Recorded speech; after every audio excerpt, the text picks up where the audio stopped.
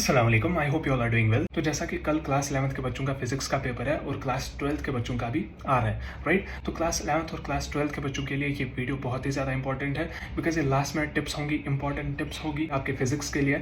तो इस वीडियो को एंड तक ज़रूर देखना, बिल्कुल भी स्किप नहीं करना। सो अगर मैं पहली बात ये बताऊँ, हमारे फिजिक्स में जो आते हैं 5 सेक्शंस आते हैं, ABCDE, राइट। तो आपको ही बताएगा मैं कौन सा सेक्शन पहले करूँ। तो it totally depends on you, आपको कौन सा सेक्शन सबसे आसान लगेगा, आप उसी सेक्शन से पेपर को अटेम्प्ट करना स्टार्ट कर दो। बट मेक श्योर कि आप सेक्शंस को मिक्स नहीं कर रहे। अब इसका मतलब क्या है, देखो जब हम सेक्शन ए अगर फॉर एग्जांपल कोई अटेम्प्ट करता है पहले, तो अगर उसको क्वेश्चन नंबर 1 भी आता है, 2 भी आता है, 3 भी आता है, अब 4 नहीं आता, वहीं से वो क्या करता है, सेक्शन बी स्टार्ट करने लगता है और जो सेक्शन ए के बाकी क्वेश्चन है वो फिर एंड के पेज में करता है, या जो भी उसके पास पेज मिले वहां पे करना स्टार्ट कर देता है। फिर अगर उसके साथ ये भी होता है कि सेक्शन बी में कुछ क्वेश्चन आ गए, फिर सेक्शन सी स्टार्ट करता है, फिर सेक्शन डी वहीं उसी पेज से स्टार्ट करता है। तो ऐसा नहीं करना है। अगर आपको सेक्शन ए करना है तो उसके लिए अच्छी खासी गैप पहले ही देखो कि कितना मुझे लिखना है, उसी हिसाब से पेपर में भी गैप रखो, ताकि आप ये ना लिखो question number 24 is on page number this, ऐसा वैसा कुछ नहीं लिखना। एग्जामिनर जो होगा उसको अच्छे से पेपर चेक करने दो, कोई भी ऐसी चीज नहीं करना जिससे उसको इतनी सी भी तकलीफ हो, ठीक है, पेपर चेक करते समय। तो ये रही बात, हमें सेक्शंस मिक्स नहीं करने, ठीक है। तो अब अगर मैं और एक बात बताऊं, फॉर एग्जांपल हमारे पास डेरिवेशंस है जो आपको पूछी जाएंगी ऑब्वियसली आपके 11th में या 12th में भी।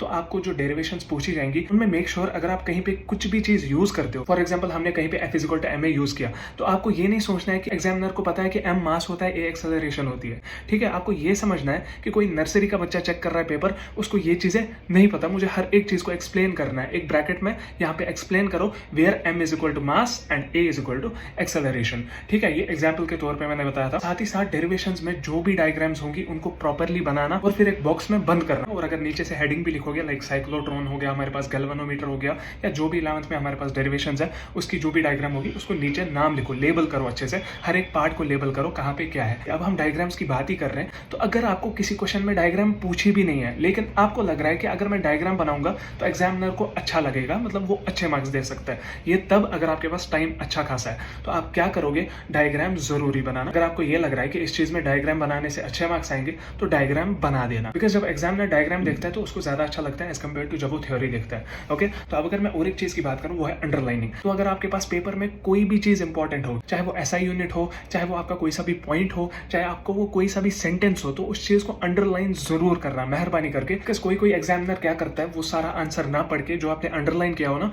उसी चीज को टिक मार के मार्क्स दे देता है फुल। ओके, ये चीज याद रखना कि जितना आप अंडरलाइन करने की कोशिश करोगे उतना ज्यादा आपको मार्क्स मिलेगा। ओके, तो अब अगर मैं बात करूं न्यूमेरिकल सेक्शन की, देखो first of all JK boss वाले आपको नीट या जेई लेवल के न्यूमेरिकल्स तो नहीं देंगे, राइट। वही NCERT में जो आपके न्यूमेरिकल्स है उन्हीं में से या तो वैल्यूज चेंज करेंगे या तो वही डायरेक्टली डाल देंगे। तो अगर हम न्यूमेरिकल्स की बात करें, अगर आप रफ वर्क करते हो, रफ वर्क या तो साइड में बना दो या तो एंड का एक पेपर रखो रफ वर्क के लिए। मेक श्योर जब आप रफ वर्क करते हो वहां पे भी क्वेश्चन नंबर जरूर लिखना कि ये किस क्वेश्चन के लिए मैं रफ वर्क कर रहा हूं या कर रही हूं, बिकॉज एट द एंड क्या होता है, हमें भूल जाता है ये किस क्वेश्चन के लिए मैं रफ वर्क कर रहा था, राइट। तो वो चीज का भी ख्याल जरूर रखना और अपने पेपर को दुल्हन की तरह सजाना, जितना हो सके वो अंडरलाइनिंग से आप कर सकते हो। तो अब अगर मैं बात करूं, ऐसे भी क्वेश्चन होते हैं कि differentiate between this and that, right. ये नहीं होता दिस एंड दैट, मतलब कुछ भी मैं एग्जांपल ले रहा हूं, तो आप क्या करते हो, बीच में एक लाइन डाल देते हो, यहाँ पे एक का नाम, यहाँ पे एक का नाम, राइट। फिर क्या करते हो, इसका पॉइंट नंबर 1 यहाँ पे, इसका पॉइंट नंबर 1 यहाँ पे। अगर इसके पॉइंट ने 3 लाइंस ले ली और इसके पॉइंट ने 2 लाइंस ले ली, तो आप क्या करते हो, इसका जो सेकंड पॉइंट होगा तो वो आप नीचे स्टार्ट करोगे, लेकिन जो इसका सेकंड पॉइंट होगा वो आप वहीं पे स्टार्ट करोगे जहां पे आपका इसका फर्स्ट पॉइंट एंड हुआ होगा, है ना। तो वैसा नहीं करना, इन दोनों की अलाइनमेंट बराबर होनी चाहिए। जहां पे आप फर्स्ट पॉइंट इसका स्टार्ट कर रहे हो वहां पे इसका भी करना है, जहां पे जिस लाइन से आप इसका सेकंड पॉइंट स्टार्ट कर रहे हो वहां से इसका भी स्टार्ट करना है। तो ये रही बात हमारे पास डिफरेंस वाले क्वेश्चंस की। अब अगर मैं और एक चीज की बात करूं, जो भी कैलकुलेशंस होंगी उनको मेहरबानी करके अच्छे से करना और आराम से करना। टेक योर टाइम, मतलब इतना भी टाइम नहीं कि आपका पेपर छूट जाए। आपको क्या करना है कि एक मिनिमम टाइम फिक्स करना है कि इतने टाइम में मुझे ये क्वेश्चन करना ही करना है। तो इसी टाइम रेंज में कैलकुलेशंस को कंप्लीट करने की कोशिश करो, लेकिन आराम से, ताकि आपका कोई भी यूनिट, ताकि आपका कोई सा भी मैग्नीट्यूड गलत ना हो। बिकॉज बोर्ड में होती है स्टेप मार्किंग, जब स्टेप मार्किंग हो वहां पे आपको आंसर लिखने का भी कुछ मार्क्स होगा। ओके, और जो भी आपने स्टेप्स लिखे होंगे उनके तो मार्क्स होंगे। अगर आंसर गलत होगा तो उसके जो मार्क्स हैं वो आपको कट कर दिए जाएंगे, जो आपने स्टेप्स लिखे होंगे उनके मार्क्स दे दिए जाएंगे।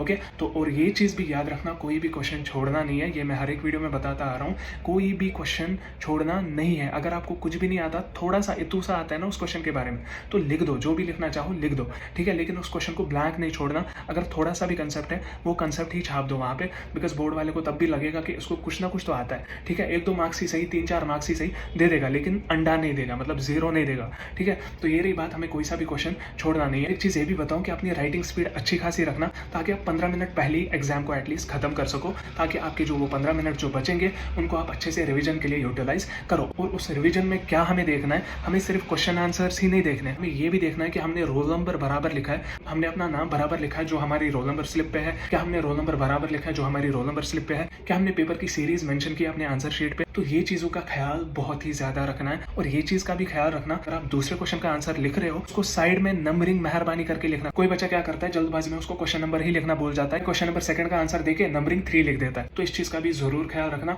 तो यही था फिजिक्स के लिए लास्ट मिनट टिप्स, आपके लिए इंपॉर्टेंट टिप्स आपके लिए। बाकी आई होप आपने अच्छे से पढ़ा होगा। लास्ट मोमेंट में हमें हमेशा ये करना चाहिए कि जो प्रीवियस ईयर क्वेश्चंस है, जितने भी क्वेश्चंस है उनमें, तो उन चीजों को प्रैक्टिस ज्यादा से ज्यादा करने की कोशिश करनी चाहिए हमें। तो यही मुझे बताना था इस वीडियो में। सो अगर ये वीडियो किसी भी रीजन की वजह से पसंद आई हो, give it a like and share this. हर एक बच्चे के साथ शेयर करो जिनका भी कल क्लास 11 का फिजिक्स का पेपर है और जिनका भी क्लास 12 का फिजिक्स का पेपर आने वाला है, तो उन सबके साथ ही शेयर करो। और हमारी चैनल को भी सब्सक्राइब जरूर करो, ताकि आपको ऐसी बेनिफिशियल वीडियोस और लेटेस्ट अपडेट्स मिलती रहे। तो हम मिलते हैं किसी और वीडियो में, तब तक के लिए अल्लाह हाफिज, टेक केयर।